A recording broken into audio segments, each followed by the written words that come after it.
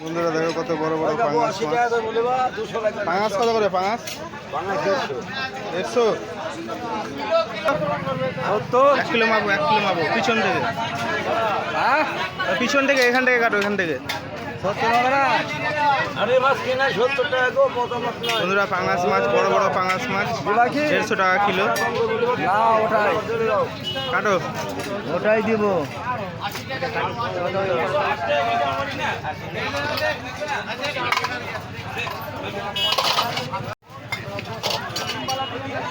ভালো করে করবা পিসটা। না না বেশি বড় না, বড় পিস ভালো লাগে না।